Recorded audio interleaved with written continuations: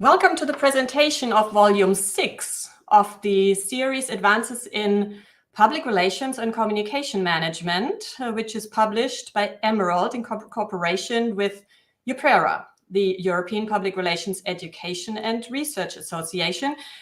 This book we are presenting today has the title Rediscovering the Human Element in Public Relations and Communication Management in Unpredictable Times.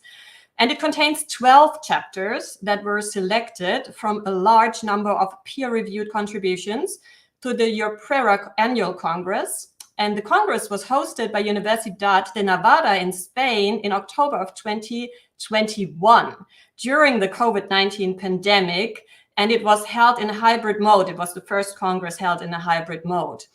The chapters in this book explore different aspects of how PR and communication management addresses the challenges of change in unpredictable times, while considering the human element and the people behind communication. Well, the theme of the book, the human element in PR, was highly relevant during the time of the pandemic, of course, but it still is highly relevant today, while we live in evolving societies that undergo profound and rapid transformations, and some are even experiencing war. In this complex scenario, going back to the basic elements of public relations, the people and relationships, when managing communication seems more important than ever before. The conceptualization of relationships here and the focus on long-term relations invites itself to be rediscovered after the pandemic.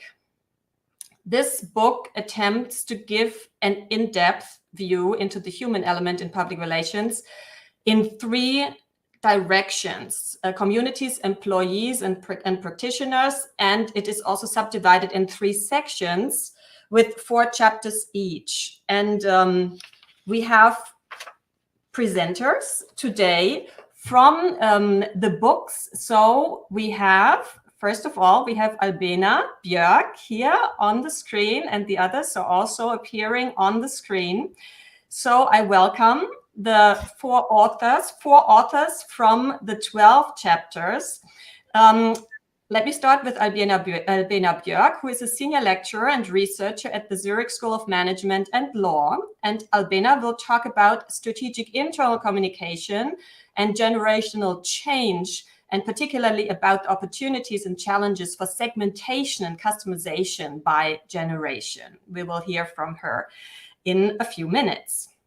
Then we have Anja Špoljarić on the screen here, who is a research fellow at the University of Zagreb, and she will present her chapter on the effects of social exchange quality indicators on employee engagement through internal communication.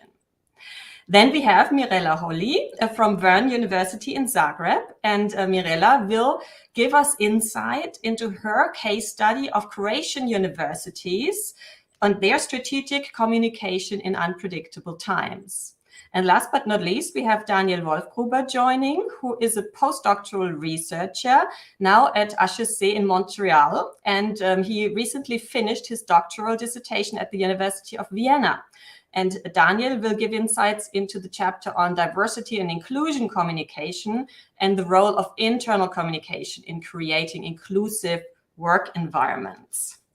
So before I hand over the floor to our guests here, to the speakers, to present their chapters in depth, I would like to ask our organizer to show our presentation, because I would like to give an overview of the different chapters in the book. Here you see the different chapters. So as I said before, there's 12 chapters in the book, and the ones highlighted in blue here will be presented in depth. But I would like to spend a few minutes just to also say a few words about the other chapters, because this is really, about the whole book and its theme, rediscovering the human element in public relations. So as you see, the first section contains chapters on the challenges of change in unpredictable times, and it focuses on how communication can help to approach some of the most challenging issues with support from professional ethics. In this first chapter, Pascal de Vries and Igor Terhalle address one of the major challenges of our times, which is making our society more sustainable. In this chapter, they present the results of a project in which a smart energy meter was installed in the homes of participating residents, and the interventions to give participants feedback on their energy behavior. And they discuss methods of intervention and gamification to involve neighborhoods and guide communication professionals in the public domain. Then Mirela will talk about her chapter later, so I'll skip this chapter too. Then the third chapter in the book brings an original perspective on feminism and ethics. Anja Alexandra Grenja, she focuses on communication skills as a critical competency to shape the public's perception of a crisis situation. And the purpose of this chapter is to understand what the feminist values reflected in the political crisis communication messages of First Minister of Scotland, Nicola Sturgeon, were during the COVID-19 pandemic, and to explore how these values could be connected with the ethics of care principles. So then chapter 4 of this volume, this is an in-depth reflection on the ethical codes that guide PR practice. Susana Miguel and Gisela Goncalves and Isabella Ruiz-Mora, they reflect on the main values that guide PR practice, and they base it on Schwartz's theory of basic human values. So this is the first section. Then the second section is entitled The Human Element in Employee Communication. Actually, we will have the 3 of the chapters in this section we presented today. So we have a focus on the employee communication section here. I'll jump to the to the 4th chapter here in this section, which is by Neda Nino-Vasolovic, and she addresses the phenomenon of employee activism. Well, employees are increasingly speaking out against their employer and relevant issues, and thereby they're raising the human factor to a next level in organizational affairs. And here, Neda derives 5 propositions to explain what constitutes employee activism as a specific form of employee communication behavior. And she calls attention to related risks and opportunities also of employee activism for organizations. And then the last section of the volume, it addresses the people behind strategic communication, and it provides in-depth insights into specific roles and profiles performed by practitioners in the state of constant evolution and change in PR and strategic communication. So chapter 9 of the whole volume by Olaf Hofjan, Lea Anna Maria Folger, Julia Bürstner, Lara Johanna Hackenbeck, Jakob Palm, and Lena Katharina Mirtes. It's few authors here. They focus on the role of the spokespersons, and they review media relations through the lens of Goffman's concept of stigma. And by means of a survey they conducted in Germany, they addressed the stigma of spokespersons among themselves and also journalists, and what the consequences are for job satisfaction.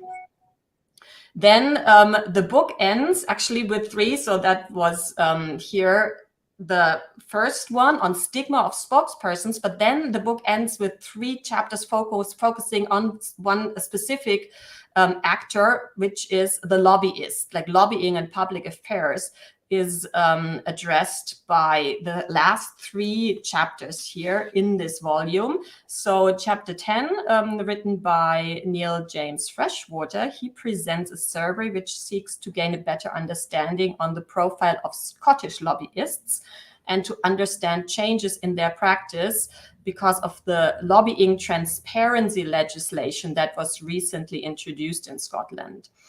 Then in chapter 11, Markus Mykkänen presents a study on Finnish PR consultants' media strategies in lobbying.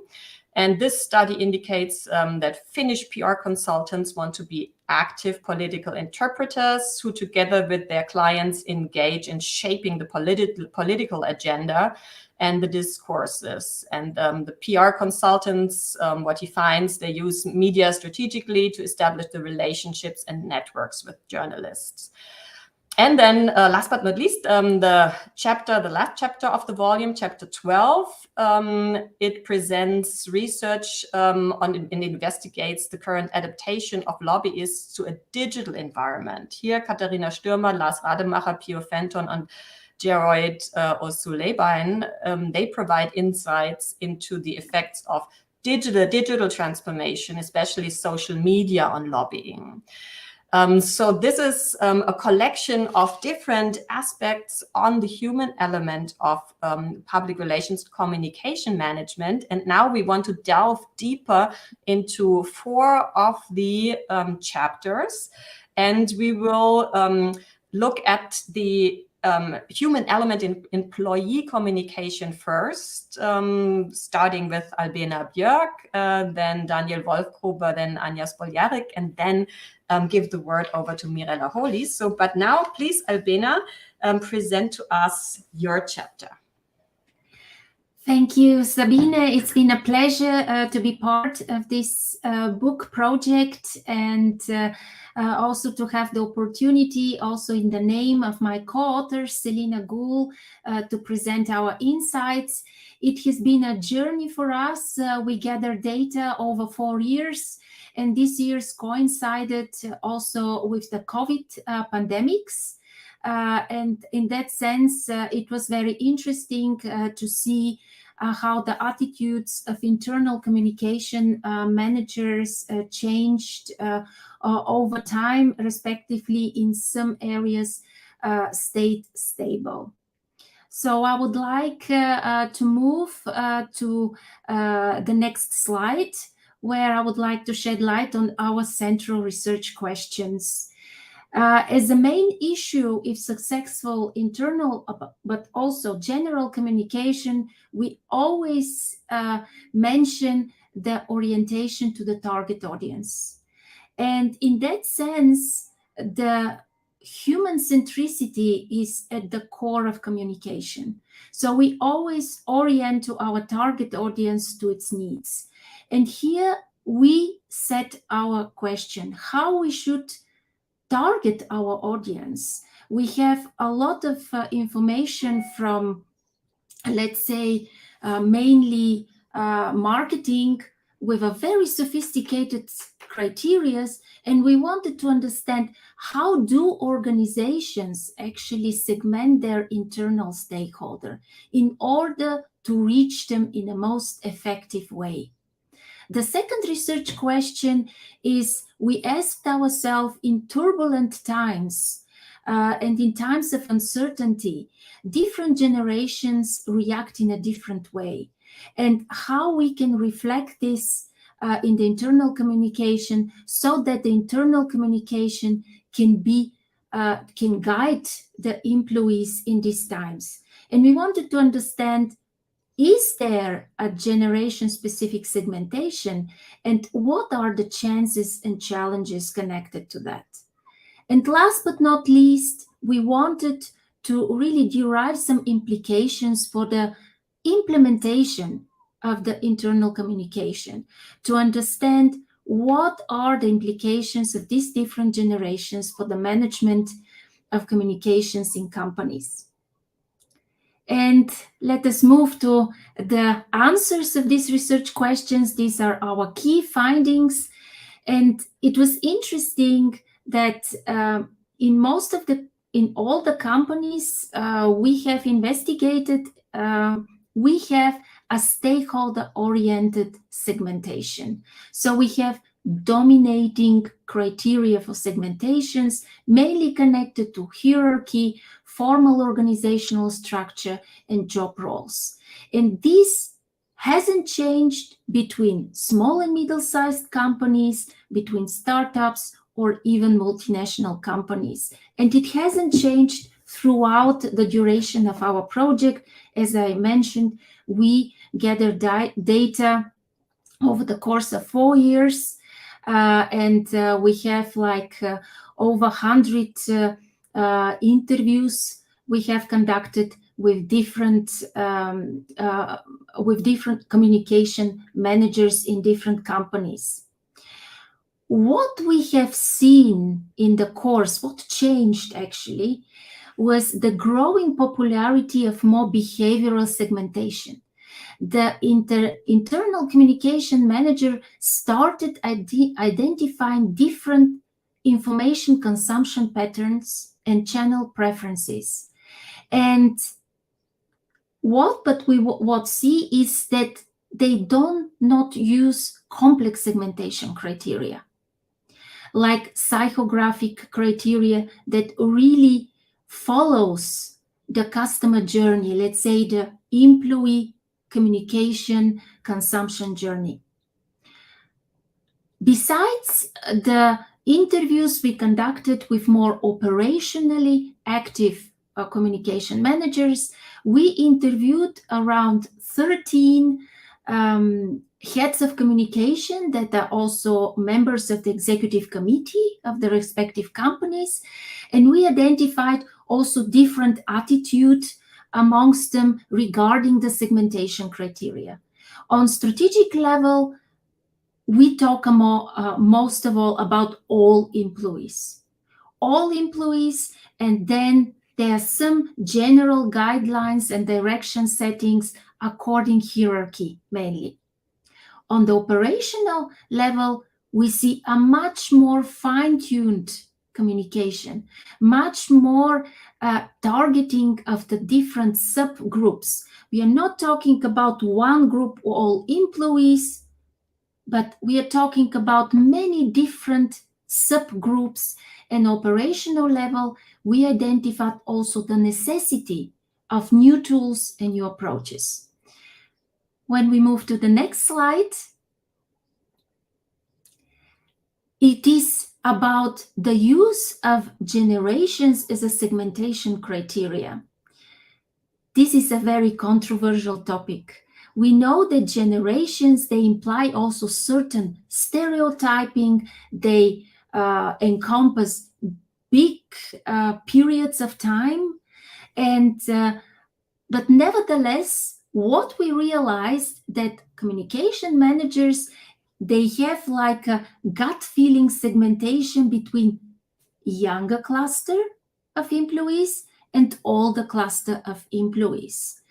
And they always mentioned in this different way how the different generations consume information and how they have some preferences to one or the other channel.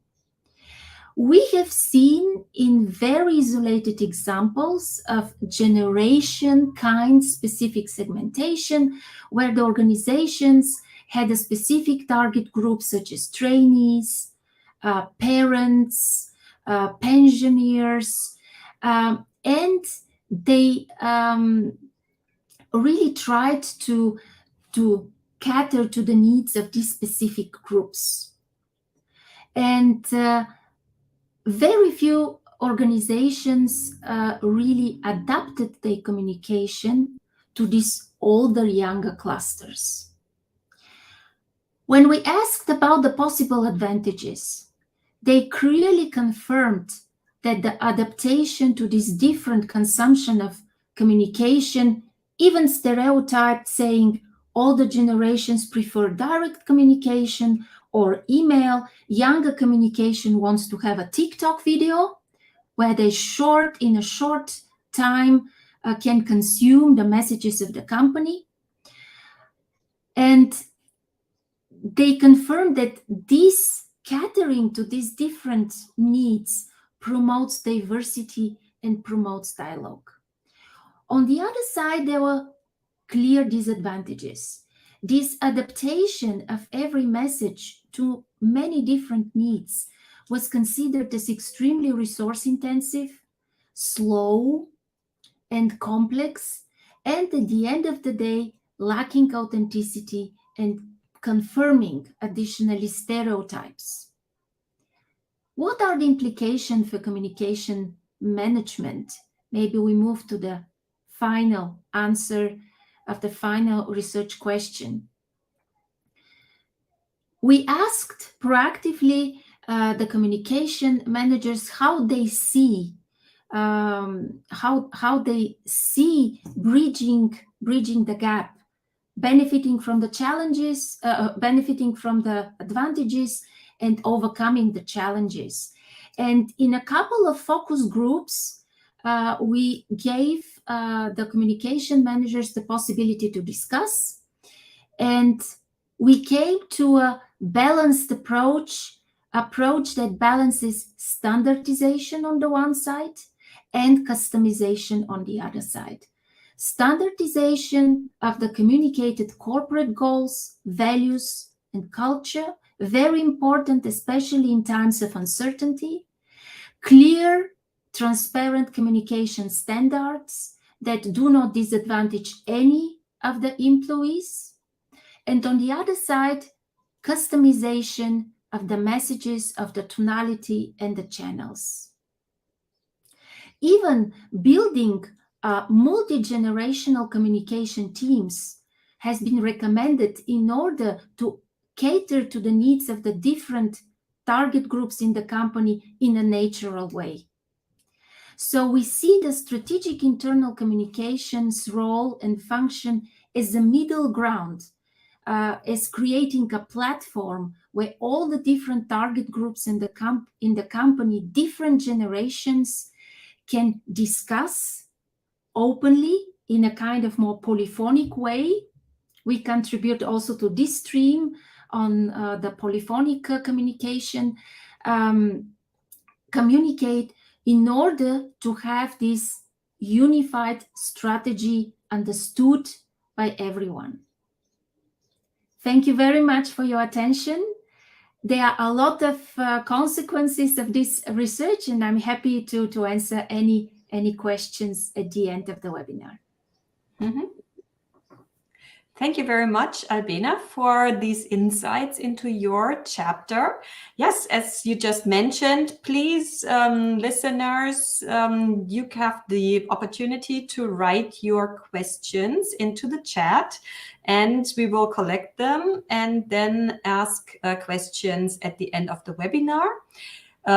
Yes, so I'll hand it over now to my colleague, Daniel Wolfgruber, who will present the chapter actually that was co-authored with myself on diversity, inclusion, and communication. Please, Daniel. Can you hear me? Yes, I'm pretty sure. Yeah, good morning from Montreal. It's way too early for me, but I will try my best. Yeah, so like Sabine said, she was my co-author. So congratulations, Sabine, on this very important book chapter. Very successful, apparently, because otherwise we wouldn't have been invited, of course. Yeah, so the title of the chapter is Diversity, Inclusion, and Communication, the role of internal communication in creating an inclusive work environment. So we will dive deeper now, so please, the next slide. So first of all, we have some research questions. This is a kind of a surprise, but first of all, I just wanted to say the first draft of the slides included scientific definitions of diversity management, inclusion. Due to time constraints, I spare you those scientific definitions, so lucky you. But of course, you can read everything in the book chapter, so I recommend reading the book chapter, of course. So, but first of all, the research questions. So research question number 1 says or asks, what strategic role does internal communications play in D&I, diversity and inclusion, management, and to what extent and how do they cooperate and support each other? So here is really about the 2 units or departments in an organization. Then the second research question asks, what internal communication measures are taken to develop and maintain a diversity embracing and inclusive work environment? And finally, research question number 3 that asks, in what way does strategic internal communication contribute to the pursuit of the goals set by D&I management? Before we go to the key findings, just that you know, because I should clarify our methodology. We conducted interviews, semi-structured interviews with 17 D&I managers and also 3 independent consultants. But here we only focus on the D&I managers, whereby there were, in 2 cases, the D&I managers were accompanied by the managers or the people responsible for internal communication. The reason why it's mostly focused on D&I managers is usually we get in touch with, or we got in touch with the D&I manager and the person responsible for internal communication. But the internal communication managers, in 15 times apparently, said, so, okay, let's interview only the D&I manager because she has more knowledge on this topic. So this is the reason. But yeah, let's go to the key findings. Next slides, please. Oh. Okay, that looks different. There you go. Yeah, no? Okay. That's interesting because the slide of the key findings of the research question 1, there's some things missing. That's interesting because in the slides you sent me, it was included. But yeah, shit happens. But I can tell you something about it. So it was about the collaboration between D&I management and internal communication units or departments. And as I mentioned already, we conducted 17 interviews, so 17 organizations. And in 10 organizations, the collaboration or cooperation takes place quite frequently. So usually once a week. This is it happens, like I said, only in 10 cases. But it was really like they have a sure fix. So once a week, they were talking where the D&I manager says, okay, we have this and that topic. So, it's, for example, I don't know, Pride Month. But usually they also say, okay, we want to communicate about LGBTIQ plus issues throughout the year. So they have really regular sure fixes. In 6 cases, in 6 out of 17 cases, the collaboration was really exclusively, I would say, occasion related. This means this is really only about, okay, there's Pride Month, we want to communicate something about, or the International Women's Day. Okay, this is the time where we should communicate internally, of course, but also externally. And another very interesting case was that in terms of occasion-related collaboration was in one company was like, okay, we're working on a guideline for inclusive corporate language, so internal first of all, and they had workshops together, to develop the guideline. So it was also occasion-related. And only in one case, it was just, so the person or the D&I manager said, we collaborate now and then. But I really found the justification, if you will, very interesting, because the person said, we have so much on our plate, so many information, and we don't want to, overwhelm the people with D&I related issues, which was very interesting. But in this case, the person was also responsible for CSR in general. And so I think, D&I wasn't really, the most important topic for this person, apparently, or I would say so.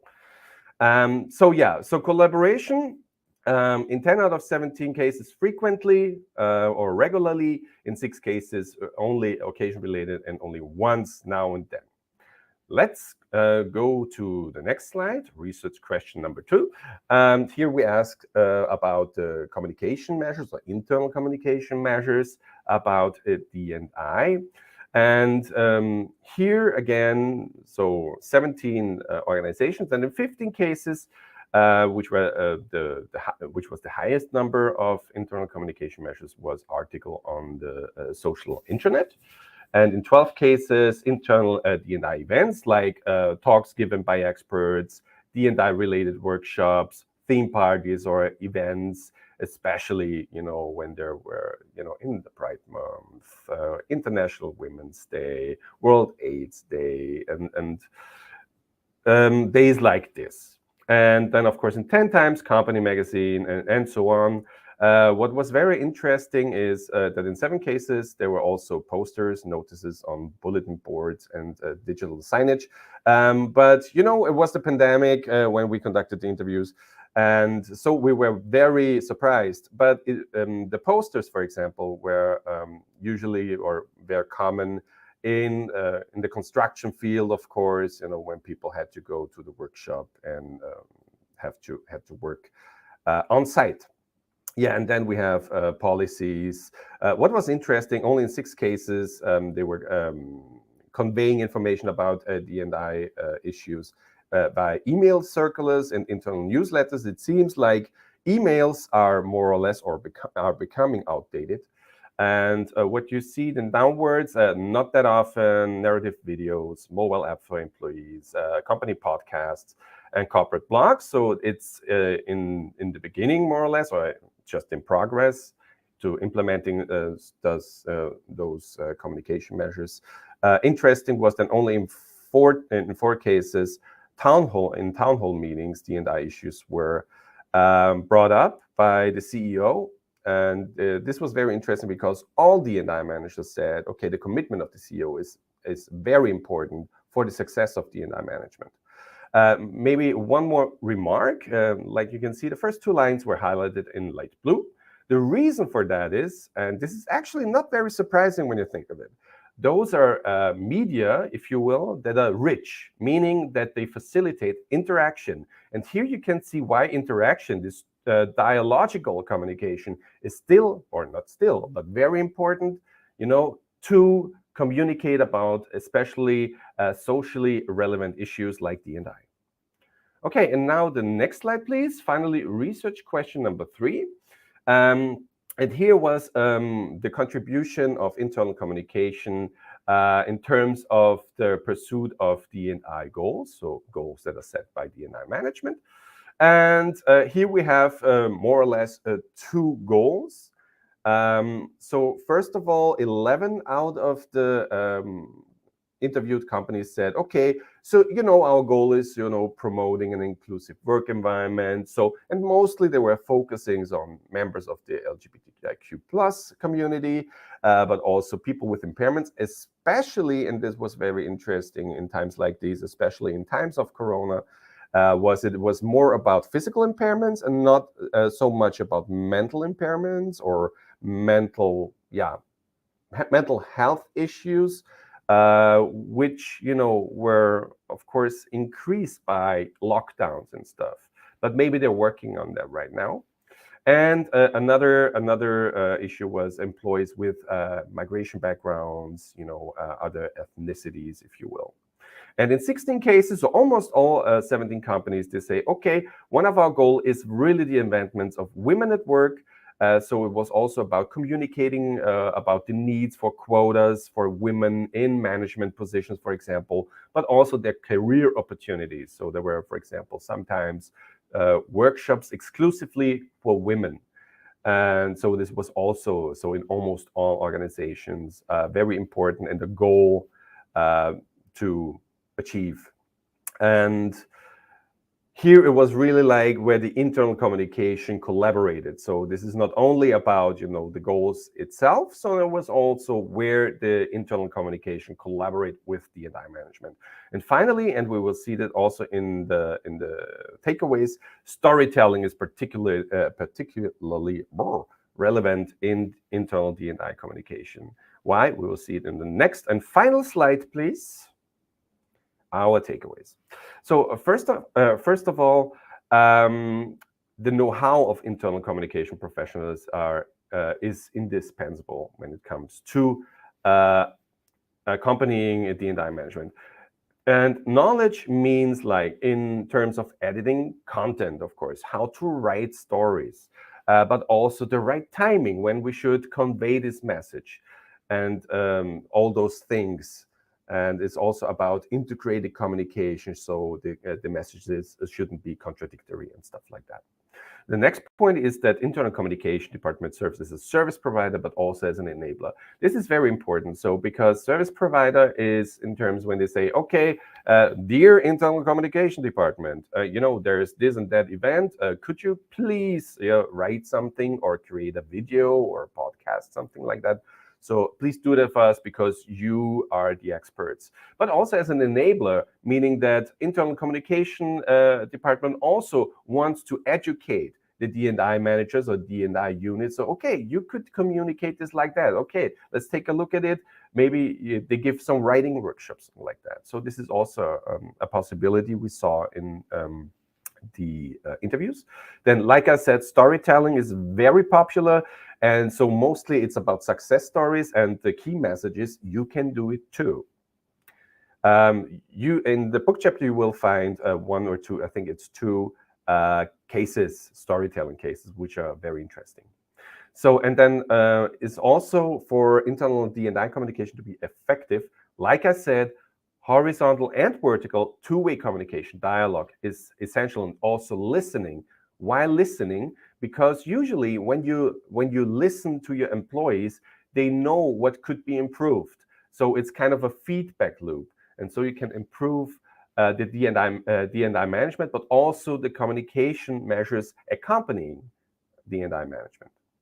And of course, together with D&I management, internal communication is responsible for creating an open and inclusive communication climate. So that, and here we're also, because what Albena said, so polyphony, of course, polyphony of thoughts, polyphony of values, and polyphony of experiences. So this is very important to improve D&I management. And last but not least, what we also identified or noticed, there's still much improvement, room for improvement in terms of the regular, especially regular collaboration, coordination between those two units, because what we realize is still there is D&I management, there are strategies more or less, but they're not coordinated. Mostly the strategies are mostly not coordinated with internal communication. So it's mostly focusing on specific communication activities. And so there is still room for improvement to really collaborate, to really work together from the beginning, from the very beginning, when they develop D&I management / communication strategy. So yeah, that's it on my part. And yeah, thanks for your attention, and good morning once again. Thank you very much, Daniel, for these insights. And yeah, let's move on to the next chapter that will be presented by Anja Špoljarić. And yes, let's give us some insights, please. Thank you, Professor Einwiller. Yes, well, I conducted a research with a lot of people, actually. Just like Professor Björck, this chapter is a part of a 4-year national project that kind of researched internal communication in Croatia. And we mostly focused on the social part of this relationship between employees and their employers. And in the next slide, you can see our research questions that we have. If you could please just skip to the next slide. Thank you. So for this chapter, we focused on social exchange. And this actually involves every social part of the relationship between employees and their employers.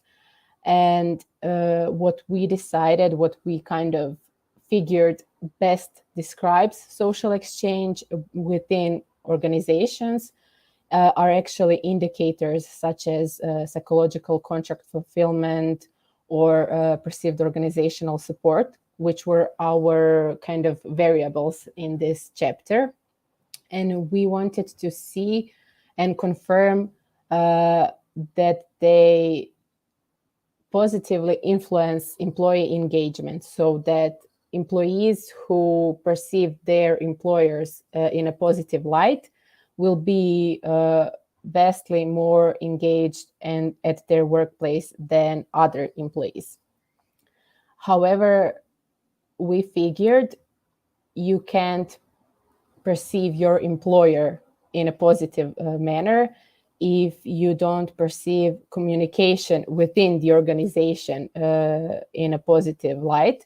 So we wanted to test if internal communication has an impact on this social exchange, perception, and how it impacts employees' behavior in the end. So we also wanted to test if maybe internal communication could be some sort of enhancer of this relationship.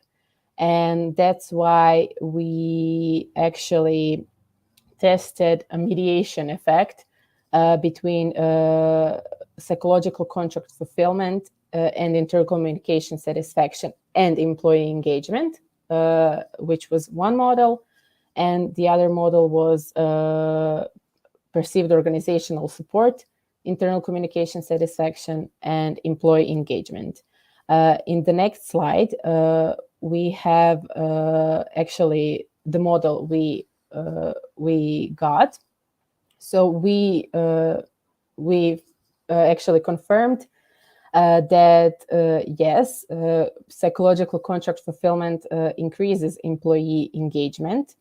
However, when we take internal communication satisfaction into consideration between these two parts, internal communication actually highly increases the relationship, and it positively affects employee engagement on its own. But also psychological contract fulfillment has direct and indirect effect on employee engagement. In the next slide, you can see that the same thing goes for perceived organizational support as well. If you could just please turn the next slide. Thank you. So even though both perceived organizational support and psychological contract fulfillment have a significant direct effect on employee engagement, it is far more significant and it is far more greater when internal communication satisfaction is included into this model. So we figured, okay, what does that mean? It actually means everything that Daniel and Albena said prior to this. Internal communication is kind of the key part of an organization because it allows employees to perceive their employers in a certain way. And when we talk about internal communication, it helps employees perceive what their organization has to give them. And it kind of enhances their ability to feel satisfied. It helps them to perceive their employer who wants them to be satisfied, who wants their employees to kind of achieve everything they can. And when it comes to this part before someone actually becomes an employee at an organization, the communication is the crucial element that kind of contributes to the image that the future employee will have of their employer. And that's why this psychological contract fulfillment and perceived organizational support are really important for engagement. And internal communication is crucial to in this relationship to kind of form it and to kind of make this perception much better than it would be if the communication part was lacking. We also since this was actually the research was done prior to 2020, 2021. I think it was the autumn of 2021 when the paper was written and presented at the conference. We didn't have as much of information how COVID actually affected internal communication and organizations at the time. Now we have much greater knowledge, but we also within this chapter kind of we commented on how we expect that even though internal communication has been getting a lot more recognition than it had been getting in the past, we expected that in the next few years it will only show to be much more important than it was, and that actually the pandemic kind of also has a contribution to this, because it will show that organizations and especially communication within them has to be much more employee oriented than it was before. And that's actually it on our chapter. Thank you. Thank you very much, Anja. Very interesting research you conducted.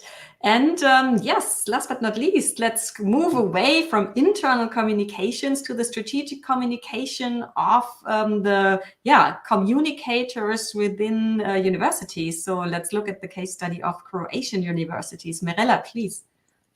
Thank you. Dear colleagues, I met with academic public relations back in 2006 when I got VERN University for a client as an employee of a PR agency. In the same year, I started teaching at the same university a subject entitled PR agencies. Since I made a proposal for a communication strategy for each flat rate client, I suggested the same to VERN's management. However, they did not show interest, so our cooperation was entirely reduced to tactical operations, mainly pitching journalists, organizing events, writing posts, and responding to journalist inquiries. Communication was not completely reactive, it was proactive, but it lacked a planned approach to achieve a synergistic effect of communication. I want to emphasize that other non-academic clients that I had during this period showed dislike when I asked for basic information related to business plans, so that we could plan communication by supporting the implementation of business and organizational goals. This experience in the agency and the VERNs was not my only academic client, encouraged me to think about strategic communication planning in the Croatian higher education environment, and in 2018 I initiated research on the use of communication planning at Croatian public and private universities. The research continued during the pandemic 2020 and 2021. In Croatia are active 9 public and 3 private universities. 8 universities, 6 public and 2 privates, participated in the part of the study conducted with the help of in-depth interviews. In addition to in-depth interviews, in this case study of strategic communication of Croatian universities, qualitative content analysis of the Croatian universities' websites and social networks was also used in 2018 and 2021. Although the history of modern public relations is inexplicably linked to the academic space, namely Harvard University was the first client of the Publicity Bureau, the first public relations agency founded in 1900 in Boston, and Yale University in 1899 founded the first office for relations with alumni, students, and the public. Nowadays, PR is much more oriented towards corporate and political, but the academic environment. Such a situation is directly reflected in theoretical focus, so a relatively small number of scientists and researchers are engaged in the research of PR practices in higher education. The situation is somewhat better in the USA and the UK, but there is a relatively small amount of research on this topic in the EU. Results of the research suggest that Croatian public and private universities do not use strategic and planned communication. Therefore, communication cannot be an important contributor to fulfilling the university organizational goals. The first research question was dedicated to the position of PR personnel in the university's hierarchy. In-depth interviews showed that the position of PR personnel differs. However, their role is that of a technician, not a consultant. The results of the second research question regarding the tasks of PR personnel strengthened the conclusion on the technical role of PR experts. It shows that PR staff at Croatian universities dominantly work in media relations and publishing, internal communication, event management and protocol, community management and communication through websites and relations with citizens. University management does not use PR experts as strategic advisors. Answers to the third question regarding the communication plans and strategies shows that interviewees think that planned communication is important for fulfilling universities' organizational goals. Nevertheless, they do not receive support from their management to implement planned communication. And that was also my experience when I worked in the PR agency on academic clients. It seems that the leaders of Croatian universities are unaware of communication's role as an important management function. Because of this lacking awareness, Croatian universities do not have communication plans. The fourth research question regarding the importance of digital communications showed that cyber communication increased between 2018 and 2020-2021. The fifth research question about the reasons for the insufficiently proactive communication of the universities revealed the reasons for the insufficiently proactive communication of the universities, which are the rigid organizational structure of the Croatian universities, fragmented organization of the unintegrated public universities, lack of trust between university leaders and PR experts, and no benchmarks. A final research question was dedicated to university communication changes motivated by the COVID-19 pandemic. The pandemic triggered changes in digital communication. However, these changes did not relate to strategic communication, so it can be concluded that the Croatian universities do not use the crisis as an opportunity for organizational change. Research showed that the function of PR in the organizational structure of Croatian universities needs to be defined, as it currently maneuvers between management and technical activities. PR personnel are responsible for tactical communication and do not have a management advisory function. To conclude, communication at Croatian universities is predominantly technical, it is not strategically planned, and as such, can hardly serve as a management function or as an instrument for realizing strategic goals. That was all. Thank you very much. Thank you very much, Mirela. Very interesting. So let's, maybe have some questions from, let's see whether there's questions from the audience. Right now, I don't see any question from the audience, but let's discuss some aspects. I would like to ask Albena first about the human element here in segmentation. I mean, you talked about segmenting the internal audiences. Is that actually helpful to have more like human personalized communication? Or you also mentioned a bit of a critical aspect, maybe it even creates maybe some more segmentation or maybe silos. So what's your take on that? Does it become more human when you segment or less? This is an excellent question. I think that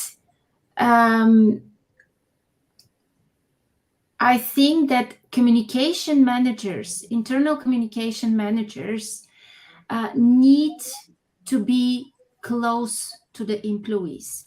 They need to connect to the employees, to find a way to create a network with the employees, and in that sense, to really, on the one side, have an informal access to the needs, But on the other side, we need to give the internal communication managers the tools to really create forms and use the channels to transport the message. What I realize is that it is a fine line between information overload, where you send too many messages, and too few information. It is like difficult to set a general rule of thumb. Mm-hmm. Every organization has to define for itself where is this magic formula, where we communicate too much and where we communicate too little. And for me, the humans, we need to go away from this directional communication. A lot of communication managers that I've spoken with, they are positioned in the organization in a way that have to communicate more in a directional way the decisions of top management. We need, and they said, we want to go away from that. We want to have more space also to prototype, to experiment, to really understand the employee communication journey. And one way is to really be close to the employees. It's not like only the function of communication that is positioned and has to communicate, but also to be part of the employee communities and to connect and to communicate more effectively. And on the other side, I just want to add something. It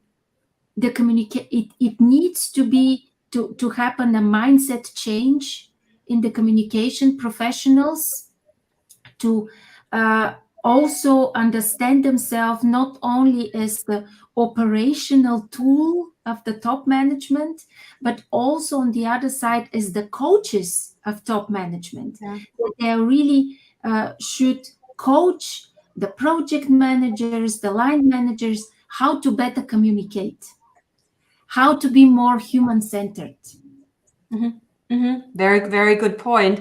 Mirela, I mean, you found that the communication managers, they are basically seen as the technicians more. So mm-hmm. I think this really touches what Albena just said, because if you just see yourself, or you are perceived also as the technician who just kind of operates, and you're probably not fulfilling this role that Albena just mentioned. Yes, you are completely right. Unfortunately, communication professionals should be primary agents of communication management. But my research showed that they are not recognized by managers of their universities. So if we have something like that in our situation, they cannot ensure positive communication and business results. Communicators and their expertise are, of course, extremely important, but without the support of the organization's management, they cannot initiate and implement changes. However, they're trying to do that. If organization is not integrated in the communication aspects, communication synergy is very, very hard to achieve, I think. Yeah, you're right. So this is also, I mean, this is what Daniel also presented. I mean, here the collaboration. I mean, here Mirela, your research was more on kind of the top management and how they perceive communications. But then we also have the collaboration between the different functions, between HR and D&I and communications. So this is where, like, the field that Daniel addressed, the diversity, equity, and inclusion. So this is kind of a cross-functional topic. It's not just communication. Of course, there's a lot of HR, and it also touches what management needs to do. So Daniel, maybe what's your take on that? I mean, how can that collaboration maybe be improved, or what can, because I mean, as you said, when you addressed and when you contacted the people for the interviews, it's the D&I managers, they were the ones who gave the answers, and the communication managers, but they said, well, please ask them, they are more knowledgeable. So yeah, that's maybe not the best way to go about. Absolutely. And so this is actually my answer to your question. So actually you answered it already. So the collaboration, and it is really about, and it was actually incredible that so many internal communication managers said, so, okay, you want to talk about internal communication about D&I. So, but I think it's enough when you talk to the D&I manager, him or herself. So this is actually also an indication or an indicator that the collaboration doesn't work that well, as we might wish, especially when you think about the importance of the topic, about diversity, inclusion, equity, and stuff like that. So, and the thing is also, when I said, okay, so in 10 cases, internal communication and D&I management collaborate frequently. This is true. However, and I think this is the reason why why internal communication managers were kind of reluctant to, be asked about the D&I strategies, because they weren't working closely together from the very beginning, and this is a problem. So because diversity management, and now I will self-promote a paper we published, which is called Talking Inclusion into Being, where you saw that, you can only, so that inclusion is a highly communicative phenomenon. So when you try to create an inclusive work environment in a very diverse workforce, of course, without communication, it's impossible. And so several units, like you said, HR, and mostly the diversity management is integrated in HR, but sometimes also CSR. There must be a regular collaboration. And what we shouldn't forget nowadays, especially after COVID, also IT. So because it's always also about, to take down barriers also in the digital communication. So it would be good that all those different units work closely together, stick their heads together, and work on a profound strategy how we can create inclusiveness in a very diverse workforce. Yeah, very well. And maybe Anja, let's hear from you, because you looked at the employees and not at the managers. So yeah, how does the internal communication affect the employees, like workplace behavior, how they behave at work? What's kind of the take you took out from your research here? Well, it's been 4 years now, and what we gathered is that internal communication actually kind of, if it's good, then employees are satisfied, and that reflects on how they behave at their workplace. They are more interested in delivering their results, in achieving goals. They are more engaged in their work. And if internal communication is something they don't feel is good, if they're not satisfied, if there is no internal communication, they just don't. I think it kind of reflects in how much they care. More to say, if they feel organization cares for them, they will care more for the organization, and it will reflect in their results and how much they are willing to engage in what they do. Yeah. So it's really a two-way street. So yes. Absolutely, yeah. Reciprocity. Yes, absolutely. So I think our time is really running, but maybe I would like to hand it over just maybe for also like a last question to Albena about, I mean, we talked now, I think we selected quite a few chapters from internal communication, but maybe just kind of view into the future? What do you think are future topics for internal communication? Maybe also addressing like this human element in communication. Thank you, Sabine. This is a look at the crystal ball.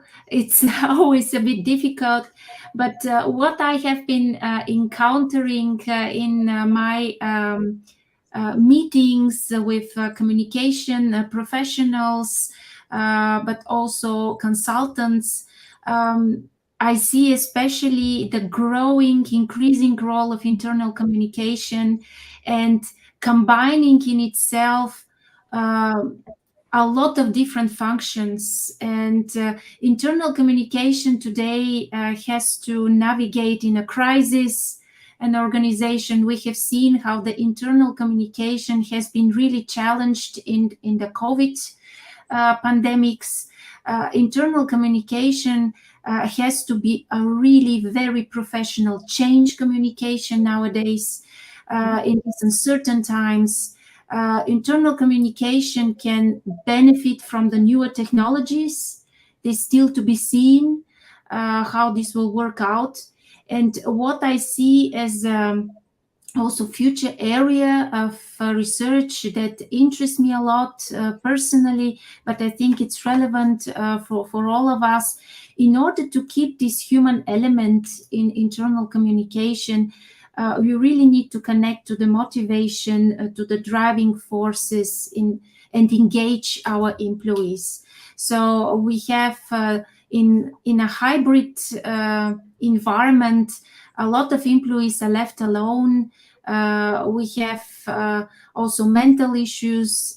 We have also a lot of challenges to navigate, and an organization that provides and communicates a clear purpose and direction can really unite employees. And I think then also we as communicators have to grow to the challenge to be not only the communicators of the management decision, but really to drive the conversation and to help the employees to find meaning.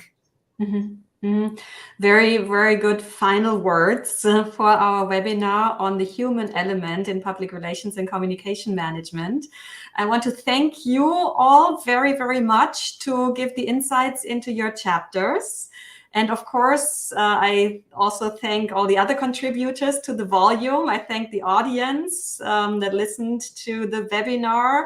And yes, I say goodbye and wish good reading into the chapters. Thank you very much.